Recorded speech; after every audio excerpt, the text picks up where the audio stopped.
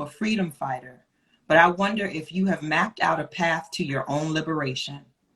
Black excellence, strong Black woman, think a Black woman, Black girl magic. They are all about our labor, not about our liberation. We will die on the vine for them if we don't stop and realize that we are sick. Can we talk about the stroke?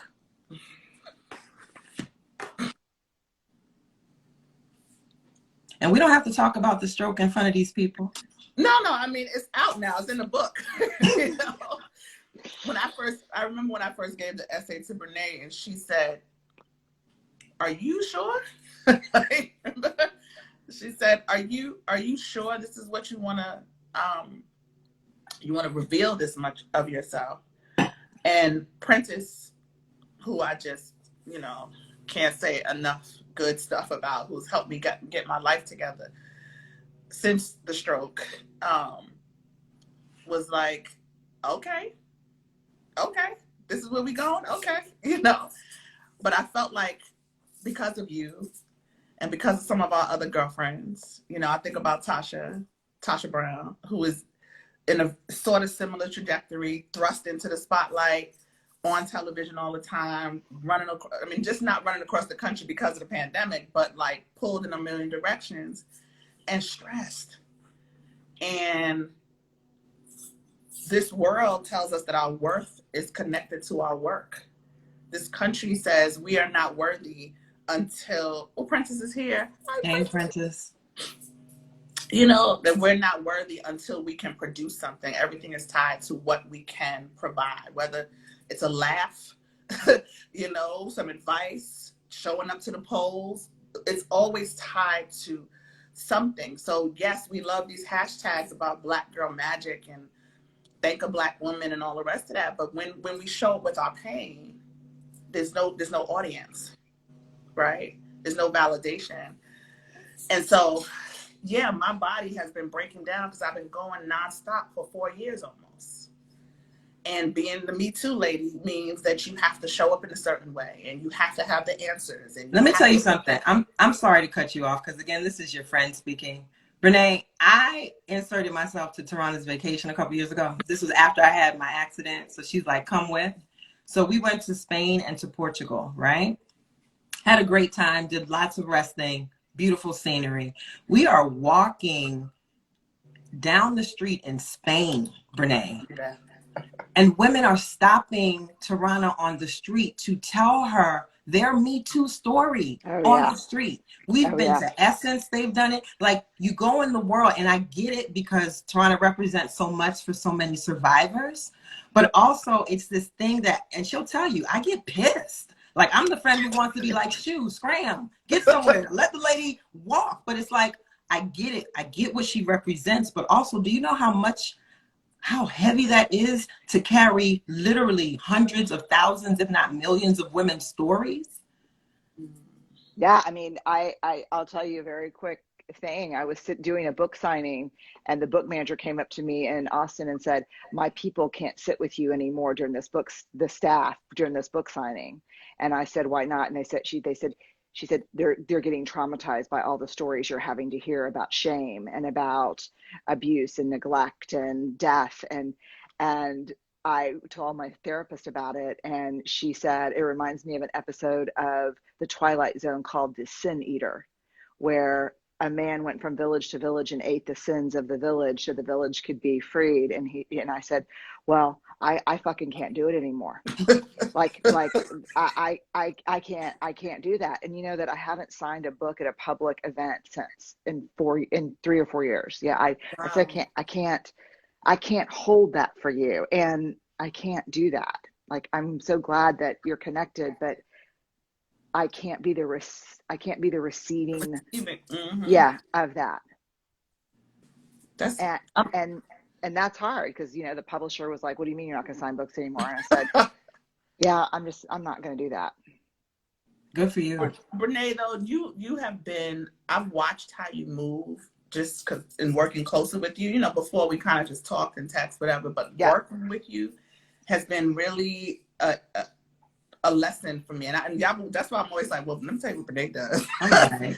It's because because I'm just like, but this is, you said something in the Starbucks conversation that I wanted to bring up here too, and I know you got to go, but that piece that you were, just to tell you this, y'all, I'm not trying to get off the topic, but we just had another talk earlier, and we were, you know, people were asking us the question about how this came to be, and we were telling the story of our conversation, and Brené added the part of like, because I said, this is like how we move from one level of friendship to the other when you can have hard conversations. And she was like, and really it's like hard conversations between a Black woman and a white woman, right? It's not just a hard conversation between friends. It's like white women have a history of betraying Black women's confidence and trust. And so it's hard in a different kind of way. And I was like, well, you said it. You said it. But I did, because I've never had a Black friend that wasn't waiting for the other shoe to drop, for the moment where their biggest fears about our friendship came true. Yeah, but the lessons that I learned, I have to like, I appreciate it that I'm like watching how you move through the world in this way that I'm like, yeah, you know what, I need to adopt some of this. That's like a protective. So, but I think the point I was trying to make is that you feel like you can't, because I'm like, well, she's a white lady. Right. You know, right. She can do things differently than I can. I can't go and be like, I'm not. Then what does that mean? But I feel like we have to embrace some more I'm nots. So tell me, Tarana, because yes, you're right. You're a white lady, Brené. And once again, yes. Apparently you're able to move through the world a little differently, right? And you're able to put your foot down and say, I'm not doing it. And nobody tells you why you should. Tarana, why did you feel like you couldn't do it? Because that's not been my experience, right? It's just not been my experience. Yeah. Now, not without pushback. I am the type of person, it's just my personality, that is very much like, I'm not doing it, right? And that's just always been my personality in terms of some boundaries are hard for me, some are just not. But I've not been able to, and I'm not saying this hasn't happened to you, Brené, but what my experience has been is I get labeled. Oh yeah. I get siloed. You know, I have the response to that setting of boundaries has been very different for me in my life. And so then I make decisions, split decisions sometimes, like, you know what, I'm just not going to be that person today. I'm going to just smile and wave and take it, because I don't feel like having to hear, oh God, she's always has an attitude. She's so aggressive. Difficult. Why she's so aggressive. You know, like those kind of things. I just don't want to put up with it. So. And then also there's a fear or an anxiety about like how that's going to be received and how that might then block future blessings, right? And people's willingness to work with you because you're that Black lady, or you're, you know, she got an attitude, or, you know, that kind of thing. But I mean, historically, Black women haven't been given that level of grace. We've been expected to be mammies to the entire world. So even if you tired, sis, you can do it. I can't tell you how many of Black people even will be like, oh no, sis, you can do it. What you tired for? Take a nap. You can do it. Just do this one more thing. Can you do me this solid? Can you do me this favor? You sure you can't do this thing for me? And it's like, didn't I just say I was tired? Like, we don't allow space for Black women to just say, I'm tired, or for Black women to just say, I'm not doing that. That's why I named, part of the reason why I named the essay Where the Truth Rests is because our truth needs a resting place. We don't have a place to put this down. Where do we put this down and just be like, yo, I just need a minute. I need to say this out loud. And then because it's two, I think it's several parts to walking in your truth, right? We talked about this in the last thing, but part of it is like getting it out your body. And the other part is doing that in safety. Right. I can tell the truth, but there's all these repercussions when it happens. So then where can I put it so it can have a resting place and not be picked apart and disturbed, and I can trust it to be in this place because no people will hear it and see it and accept it. We have very few spaces like that where our truth can rest. Where can I say I'm sick? You know, where can I say, I was on Demetria Lucas's podcast the other day, and she told me this, you'll hear it on the podcast, so I can tell it, but she told this story of getting sick, having shingles. And for those of y'all who know that shingles is very painful. she got it at 30 something. This is something that happens usually to older people. And she needed to do an article and was so afraid to tell the editor that she was in pain and couldn't finish the article, that she put band-aids of cotton balls on the tips of her hands so that she can finish this article typing. That shit made me bawl. Like, I was just so emotional about that. Like, the extent that we feel like we have to go because that value, we need that. We are only worth as much as we can produce. Ain't we in the field? Huh? What you say? We're only worth as much as we can produce? Yeah. That can't work. And the thing about it is, tell the truth. When you talk about creating this safe space, this resting space, this isn't just a black-white conversation about how we now talk to white women, right? This is how you should be a good ally, Brené. This is what you and your people need to do. This is how you support Black women. This is also a conversation for us to be having with ourselves, because painful as it might be to hear, I know which girlfriends I can call to be vulnerable with, because so many of us, what it means to support each other is to be like, you got it, sis. Keep pushing. You got it. Keep pushing. You got it. You right there. Keep, like, refuse to hear each other say, I don't feel well. I don't want to. Listen to how many people now are saying, I keep getting people saying, you had a stroke? Why did you tell me? When did this happen? How did I not know? I mean, I had several reasons for not talking about it publicly. But you definitely pick and choose who you can, you know, I think that's universal in a lot of ways. Sure. But certainly we're socialized in that whole thing about worth. We are so deeply socialized around that. And I think some of it is people want us to win. And so what they see outwardly on Instagram and in our lives is that you're winning.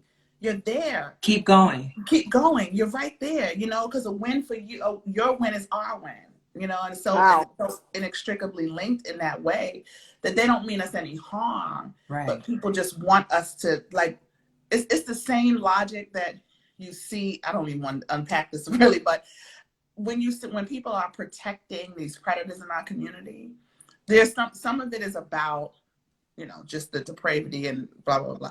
But some of it is really about, we don't have enough heroes. We don't have enough people winning. So you can't take this one Black man from us because he won, he got out, he did this, he did that. And so that becomes, because our value is tied to what we can produce, that becomes way more important than the livelihood of a singular Black girl, because, you know, you know. It feels hard because, you know, when I think back on the people that I've broken a couple of times, maybe in the past 15 years, I mean, like really broken, like not get out of bed, had to put something next to my bed that said, wake up, put your clothes on, button your shirt, like just not functioning. But the pressure I felt the most was from white women. You know, a lot of people want to think, wow, were men driving you to the end? And no, it was more like what you're describing. It was white women saying, you're going to fuck it up for all of us. You know, you can't be difficult. You can't set boundaries. Don't be high maintenance. Don't, you know, just do as you're told, you know. And I'm like, and keep showing up. And just keep showing up. And it was just, that's why when I read your essay, I mean, I got the call right after you had your stroke from you. And I knew everything you were saying. I knew, because sometimes Steve will look at me and say, how much is enough? Like, you know, like, is it going to be enough when it's too late? Like, yeah. And so, yeah. Listen, the reason why, the day that I started writing this essay, I'd come from a dentist, and both of you know this, but I'm just telling the people this. I'd come from the dentist, and the dentist said to me, are you stressed? Are you dealing with a lot of stress in your life?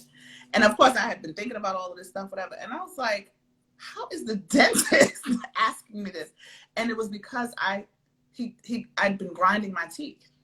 And I grinded my teeth so much that I grinded the enamel off the back of my teeth. And he said, you know, we see this in patients that have severe stress and anxiety. And so that was like, okay, every medical issue that I have, my skin issues, my neurological issues, now my dental issues are related to stress and anxiety. Every single medical issue, physical medical issue I have. And so the body has been keeping the score, but I certainly had lost track. Yes. You know? Oh. Yes. I just completely I just lost track. And you're right. I was hyper focused on you. Y'all will tell you when she was diagnosed and got sick, I mean, our little circle of friends, we closed ranks and was like, this is not going to happen. You're going to get well, you know? And that was easy to do. That was easy to pour all of that focus into our friend because we love her and we want her to be well. And that's why I wrote the letter to myself in the future, because I'm the head of my own clique, you know? When that doctor said to me, that Black woman doctor said, she didn't know who I was in the world. And I tried to explain it to her and, like, you know, bring it down a little bit. I was like, I'm an organizing activist and I travel a lot. And you know, she was like, okay, fine. If you don't make a dramatic change in your life, you will die. And she was very direct and to the point and sat across from me. That you know that meme with Puffy staring at the guy back and forth. And I'm looking at her like, do you know what you just said to me? You know, and she's like, I'm looking at your brain. Like, for her, she's like, I'm just looking at your brain. I'm looking at what I see on this thing, and I'm listening to what happened to you, and I'm telling you, you want to live? I need to see a dramatic shift. And we're hard-headed. And sometimes people have to talk to us that way, because I refused to take medication for 3 years because I'm a conspiracy theorist. I think it's all a scam. I don't listen to doctors and whatever. So the doctor sees me for like 5 minutes, tells me, oh, you have stress-induced epilepsy. Here's this medication. I'm like, you don't know me. I'm not taking medication. You want to change the whole composition of my body? I'm not doing that. And so for 2 years, I'm doing all the naturopathic stuff, the CBD oil. You know, I'm trying to heal myself because I refuse to believe that there's something wrong with me, until I drove my car into a tree on the interstate. And it took my daughter, I remember being in the hospital with a neck brace on, and it took my daughter calling me in tears, like, you have to take the medicine because I need you. I take the medicine. But even now, why I say to you, Tarana, thank you for writing this essay, and apologies again for not being able to read it earlier, is that I'm proud of you for putting it out in the world and out of your body, and not just to me and not just to the 1 or 2 friends that you share with, because that's why I just said it. You know, I've never said this out loud. I'm sitting here in awe that you're talking about it. I'm like, I've never said it out loud. And I'm saying that because I know you've not said it out loud. And this is like, shit, Tarana said it out loud. And so what that means then is, like, I feel like this opens a door, not only for like getting the weight off of us and telling the truth, but allowing people who love you to hold you accountable to the things that you said. You said you want to be well. You said you want to live. So then don't cuss me out when I ask you questions. I knew that was coming. Anyway, okay. But also, for those listening who know Tarana, it's also not time to ask questions, well, why you ain't tell me, and I didn't know. And, you know, it's not about you. It's not about you. That's it. Like, what it means to love and support somebody is to just create a safe space where they can be honest with you. It's hard to hold shit by yourself because you don't think that other people can hear what you're saying. So I'm proud of you. Thank you, friend. I'm proud of you, not just because you're a New York Times bestselling author or whatever, but, you know, it's whatever. But I'm proud of you for telling that truth. That's the only, I needed to say that in front of other people. I needed to say that in front of Brené, because I know that Brené also cares for you. And so, you know, Brené don't have no problem telling you the truth either. So Brené, stay on her. Stay on her. I text the word rest. I was just about to say, she sends me the word rest all the time. But also, I think the thing that's beautiful about this, Brené, is that Tarana has, like, I was about to say idolized. Tarana loves you. Like, before she ever met you, she loves you. And so I'm just happy that because there's also about like the word I was going to say playing field, but like you're Brené Brown, right? So, and she's the Me Too lady. So if you say it's possible to say no, then you represent a model for her. If you tell her, no, this is what you say to your agent, to your whomever, because I've done it and I've been okay, then she knows that it's possible. Like I can talk shit all day long and be like, telling people to kiss your ass. What do I do? Right? But if you say telling people to kiss your ass and you still Brené Brown, then she might tell them people to kiss her ass. We can only thank you. hope. Yeah, no. And I think there's a job here for us to do too, which is when I'm in a room and someone says, oh, we were going to have this, we were going to do this media thing with, Jill, but Jill's sick now. She's not feeling well. We have to say, whoa, what does this mean? Right. Mm-hmm. What do you mean she's not feeling well? I don't understand what that means. No, I'm just saying, she's not feeling well. And she's, I'm like, I'm still not tracking. Help me understand what's going on. Yeah. Or, Jill, there's always something. Yeah, there's always something like, yeah, tell me more. Mm-hmm. There's always something what? Well, I'm just saying, no, I'm still not tracking. And we just don't let go. Like, I'm still not tracking. I don't know what it means when you say someone's ill. Are you saying that you don't believe she's sick, or what is that? I don't understand. Yeah. Should we check? I mean, are you, I'm thinking we should check on her.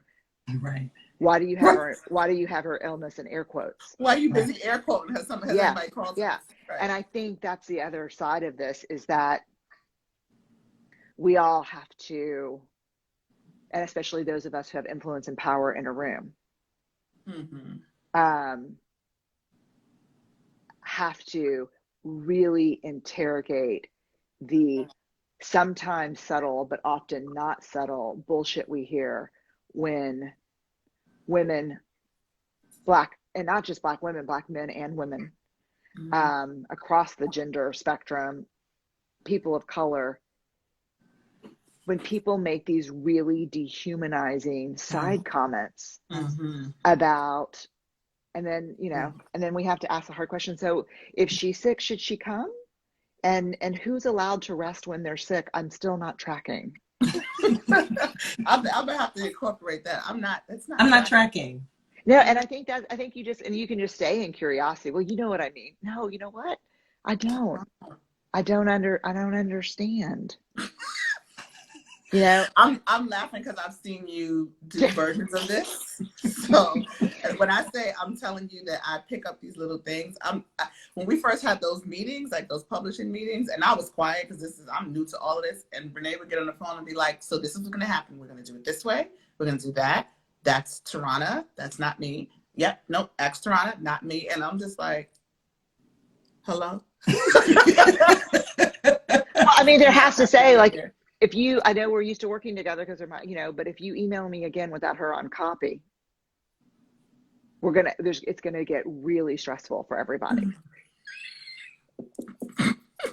That was the warning, huh?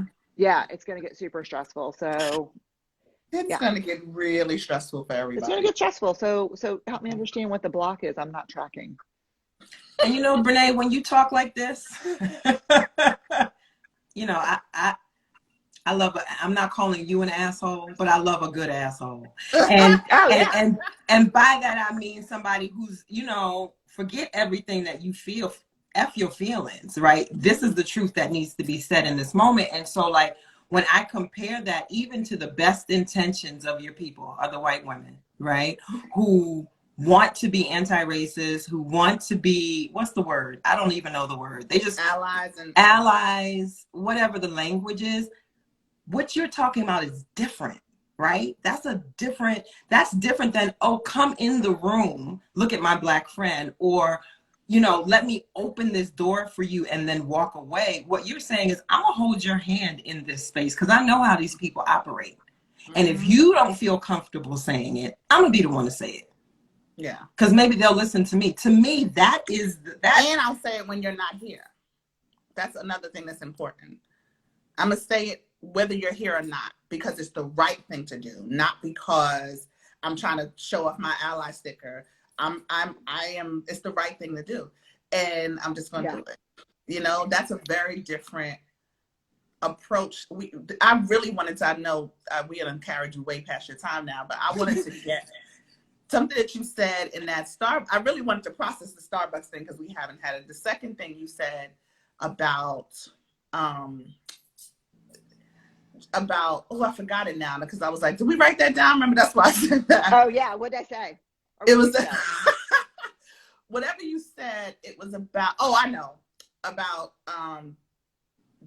this country needs to embrace the reality, embrace the truth of what this country is, so that we can write a different ending. Like we can start writing a different ending. And it would click for me, y'all, but when we were talking about like how can people walk in their truth. And it was like this idea that allyship has to be, it's just the same thing about anti-racism. It's not transactional. Right. And it should not be, or we have to try to figure out a way to separate it from the guilt and the shame that white people do it from a place of guilt and shame, as opposed to it's just the right thing to do. And I was saying, Brené, you have the tools. I know I'm not trying to give you another book to write, but you have the tools and the audience to say, hey, y'all, there's a way that we can be anti-racist. There's a way that we can be really strong allies without putting an extra burden on the folks who are pushed to the margins, who we're trying to support, and without like self-flagellation. You know what I mean? Like, you don't have to do either of those things. And I just wish we could figure out that formula, because that guilt, operating from a place of guilt and shame, then puts more burden on us actually in the end, right? Because you're not really doing this from this place that you want to create healing and wholeness and blah, blah, blah. It's just like for you personally, so you can feel better. And that's not helpful either. Right. And so to me, Brené, you're bigger than an ally. You are absolutely an accomplice. Mm-hmm. Right? Well, I love that. But I have to say, for the record, again, I said this at Starbucks, I have a bachelor's, master's, and PhD in social work. I'm a social worker. And and I stand on the shoulders of giant teachers, many of whom are Black women. I did not learn how to do this from white folks. I learned how to do this from Black teachers. Say it again, Brené. No, I mean, I just, that's why, I mean, I think like when you're describing, like if we're in a publishing room together and you and I are going in there, I will hold your hand, but probably not visually, because and if things start to get shitty, what I'm probably going to do is ask for a bathroom break, come out, tell you what I see happening, because I'm not going to rescue in front of those folks. And I'm not going, and I don't think I am an asshole sometimes. It's like super proud, but mostly I'm an asshole detector with I'm not tracking. You know, that's asshole detection work. When you're like, I'm not tracking. So I think I would just say, we're going to take a break. And then I'd say, here's the bullshit I see going down in that room. So we have two choices. I can say this, or you can say this. My vote would be, you do what's comfortable for you. And if you want to go first, I got your back. And if you want me to go first. I've experienced this, y'all. This is not bullshit. I have literally experienced it. She's like, this is what they said. If you want to do it this way, I got your back. Literally the words, I got your back. And I'm like, you sure? It's like, however you want to run this. So I appreciate that. So it's not what's the word? It's not condescending, but there's another word when you're saying like I wouldn't correct it in front of them. Like that savior complex. It's not the white I wouldn't do the savior thing. Yeah, exactly. Yeah. But the asshole detection is important, because I think sometimes we're so focused on trying to stay in the room and like be present and not mess up anything. And we also put up with a lot of bullshit, you know? Yeah. And so if the white lady in the room who is your people says, I hope you see this bullshit because I see it. Right. That might snap you out of it like, okay, yes. Right. You're right, I do see it. And you might not see it because if you're just eager, you know, and thankful to be in the room, you're like, well, maybe this is what goes down. Maybe I'm supposed to. This is the price you pay for being in this room. Yeah. Oh my God. Yeah. Yeah. Yeah. I mean, Yeah, I mean, that's how I used to think about sexual harassment. Like, that's how I thought about it my whole life growing up. Very much so. That sexual harassment was the price I paid for working. Mm-hmm. Can you imagine that? No, but I believed it. Oh, no, you're not the only one. And I lived through it. But a lot of us do. This is the price you pay for being allowed in here. If this is, women don't belong in here. Black women certainly don't belong in here. No. So you take this. Or to have other Black people, other Black women then also say to you, look, this is what happens in these spaces, so eat it. Eat it. Yeah. If you want end product. Yeah.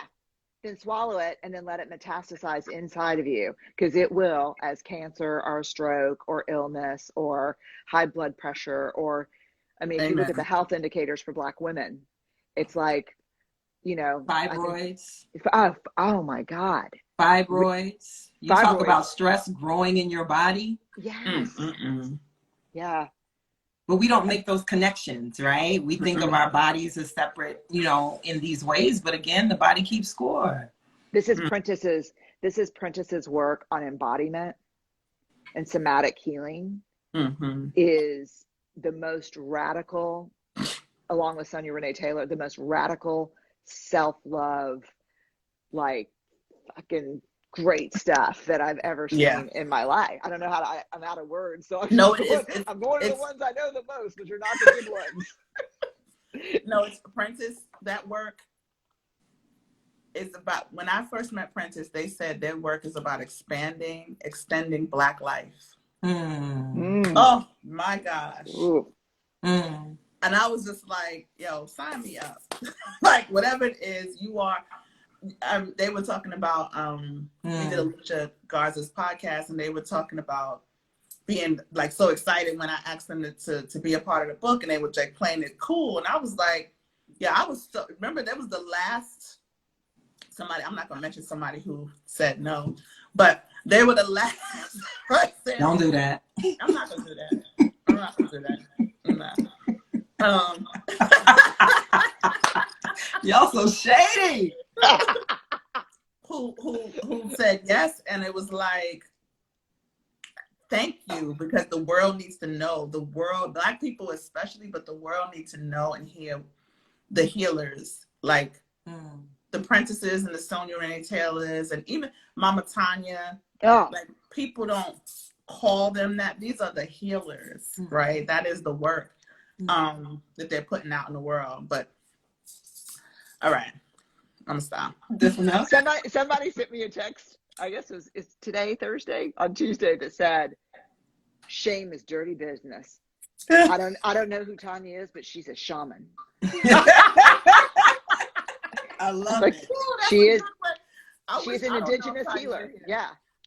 But Tanya is a shaman. Like, Tanya's one of those people who cannot help but be and walk and live in truth. Cannot help it. Like, and it's so precious. I could get emotional talking about Tanya too, because she's so precious and has never, I don't want to say never, but has not often enough in her life been held and seen as precious. She's seen as strong, as tough, as a fighter, but she's so precious because the things that she's doing, she's excited right now because she opened a community center in the hood in the Bronx. It's my community. We come from the same place. I know where her community center is. She busts her ass to open a community center in the Bronx. She has a farm in the Bronx. You know what I'm saying? Like, I'm talking about Tanya, not Prentice, y'all. I know Prentice uses they, them pronouns. Tanya is like, she's just precious. And I want people to see her as that more. So she doesn't have to always be the thing that people think, Tanya's handle is what? Is it Mama Tanya? I think it's Tanya. It's Tanya AF. Tanya AF or something like that, right? Yeah. But even as you say that, Tarana, I want everybody to see all of us as precious. Yeah. Like, give us free, right? Black women are very tired of being. I remember something happened. One of these murders, the countless murders that have happened, And somebody wrote I don't know if it was the Nat Ministry. It was a page that put a post up asking us to take care of ourselves. And it was like a bullet list of things to do. And one of the things was like, unclench your teeth. Oh, yes. And how many people responded like, I didn't even realize, right, that I was clenching my teeth. Yeah. Like the ways that I can feel the stress in my back and in my shoulders right now. I feel it when I wake up. You know, like it lives in our bodies. And I don't know that we give enough care to that. I will say this. I know we got to close out, but I will say this. We can close it out. Brene, we have kept you for a full 40 minutes past the time you said. I know. I just wrote a note to someone that said, cancel my meeting. I'm in this. I'm telling you that I used to have an elder who used to say to me, say to all of us, you know, I wish you tenderness. And it was so, I mean, I love her so much, and she's passed on, Miss Pat, and she would pray for us, and she would give you a hug and say, I wish you tenderness, baby. I want you to have that. And I just think about that all the time. Like we need more tenderness. We need more compassion. Oh yeah. You know.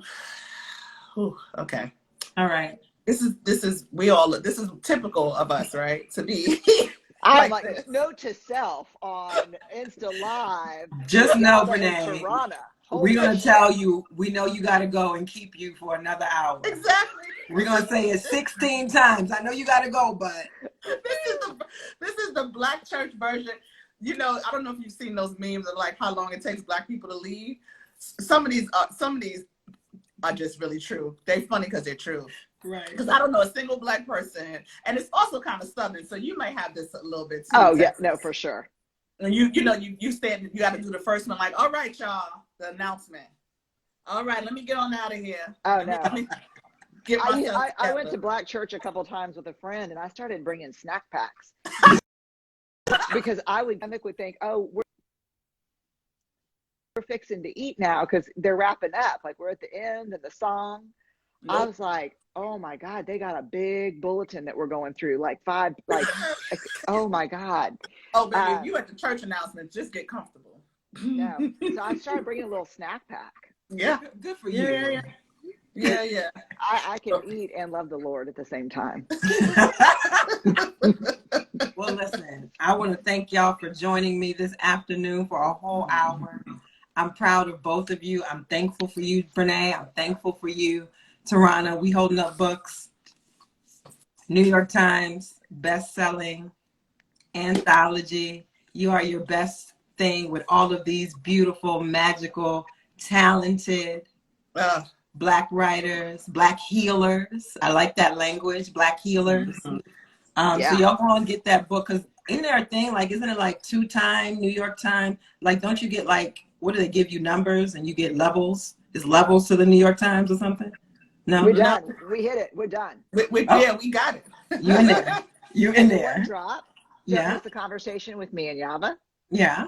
On the podcast. Yeah, thanks so much. And congratulations. That's all. I just wanted to celebrate. Thank you, y'all, Bleezy. Thank you. And y'all, if you don't forget tonight on Netflix. Yes. To tune in. I mean, it's on Netflix, so you can tune in when you want to. Well, no, I think it's not up yet. It's coming tonight. Yeah, so tonight when it in our mother's gardens. Our mother's gardens.